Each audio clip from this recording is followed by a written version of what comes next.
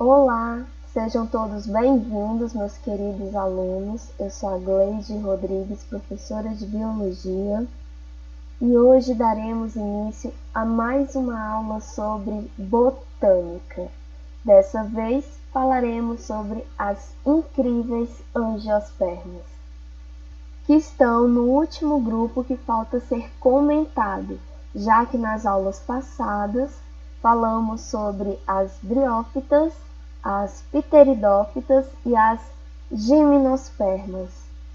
Mas o que as angiospermas têm de tão especial?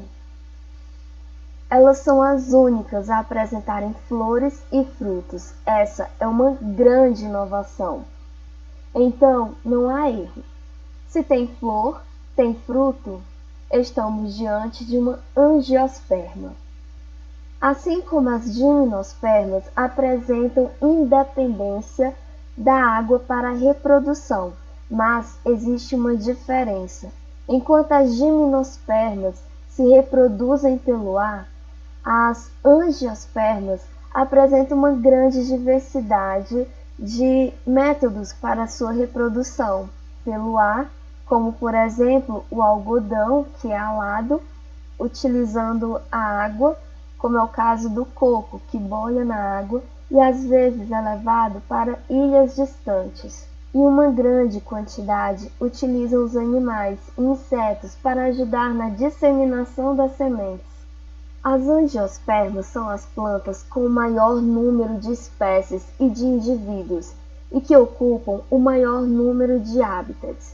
Podemos encontrá-las no solo, no mar, na água doce, etc. Assim como as pteridófitas e gimnospermas, o esporófito é a fase dominante e o gametófito é muito reduzido. Outra característica exclusiva é que as angiospermas apresentam fecundação dupla. Explicarei o que isso significa daqui a pouco. E as sementes são envolvidas por frutos. É importante ressaltar que frutos são estruturas que envolvem e protegem as sementes, e que nem todos os frutos são comestíveis. Por isso, existe uma diferença entre a palavra fruto, no masculino, e fruta, no feminino. No masculino, significa exatamente essa estrutura que envolve e protege as sementes. Por exemplo, o feijão, ele é protegido pela vargem. A vargem é o fruto que protege as sementes, mas até onde eu sei, não comemos a vargem. Já fruta, no feminino, se refere aos frutos que são doces e comestíveis, como esses mostrados na imagem. Os animais, eles ajudam na disseminação das sementes. Ao se alimentarem dessas frutas, eles deixam sementes caírem no chão. E em alguns casos existem sementes, como as presentes na goiaba, que atravessam intactas o tubo digestório dos animais e, ao chegarem ao solo, muitas vezes estão bem distantes da planta-mãe.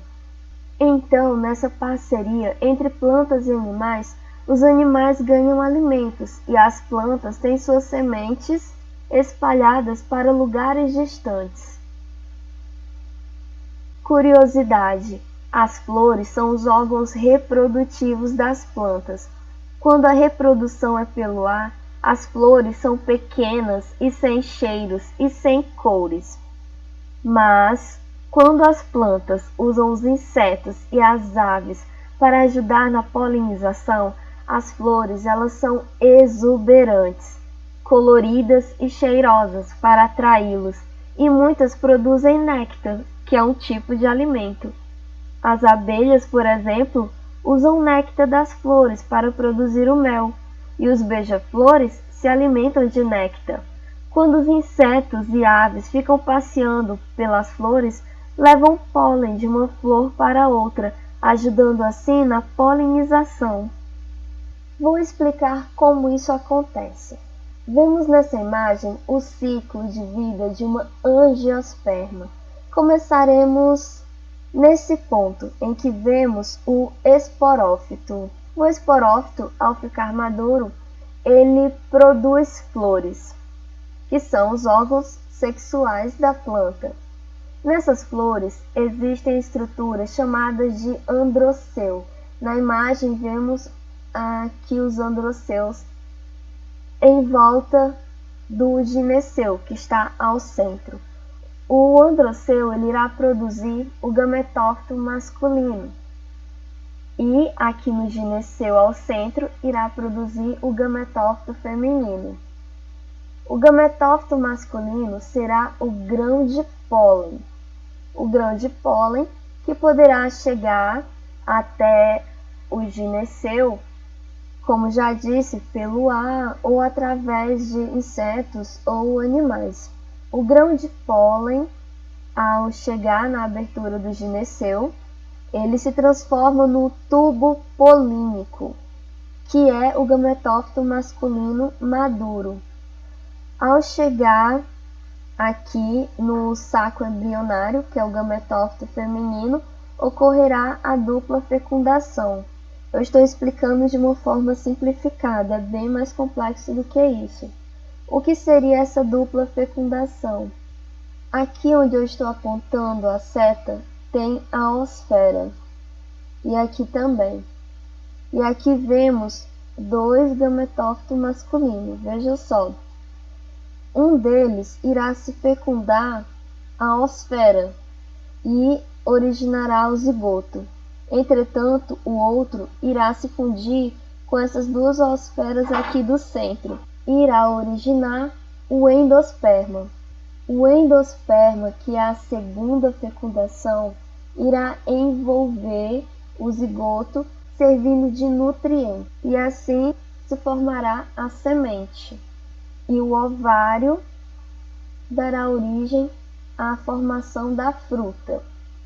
Aqui a semente se desenvolvendo, o ovário virando a fruta, e a fruta, ao cair no chão ou servir de alimento para algum animal, por fim chegará ao solo, encontrando condições adequadas, irá se desenvolver no novo esporófito, reiniciando o ciclo. As angiospermas são divididas em dois grandes grupos, o grupo das monocotiledôneas e o grupo das dicotiledôneas. Na verdade, existe um terceiro grupo, mas ele não será abordado nessa aula. Esqueci de colocar um S aqui, desconsiderem. Vamos às principais diferenças entre dicotiledôneas e monocotiledôneas. Em primeiro lugar, o que isso significa? Cotilédones são como se fossem folhas embrionárias. Quando possui dois cotilédones, chamamos de dicotiledônea, como é o caso do feijão. E quando possui apenas um único cotilédone, chamamos de monocotiledônea, como é o caso do milho. É possível diferenciar uma monocotiledônea e uma dicotiledônea sem necessariamente precisar examinar as suas sementes. Basta olhar para as folhas, os caules, as flores e encontraremos pistas. Nas monocotiledôneas, as nervuras são paralelas. Já nas dicotiledôneas existe uma nervura principal, e dessa nervura principal partem nervuras paralelas. No caule também existem diferenças. Nas monocotiledôneas, os feixes vasculares, que são os que levam água e nutrientes para a planta, eles são difusos, como se fossem desorganizados. Já nas dicotiledôneas, existe uma grande organização, em que o xilema fica no centro. Xilema é por onde a planta absorve água, e o floema fica externamente, aqui onde eu estou mostrando, que é por onde a planta ela leva os nutrientes a todas as partes do seu corpo. Em uma monocotiledônea, as raízes elas não apresentam uma principal. As raízes elas são difusas. Já nas dicotiledôneas, é nítido a presença de uma raiz principal, e dessa raiz principal partem outras raízes paralelas. E uma forma também bem simples de diferenciá-las é pelas flores.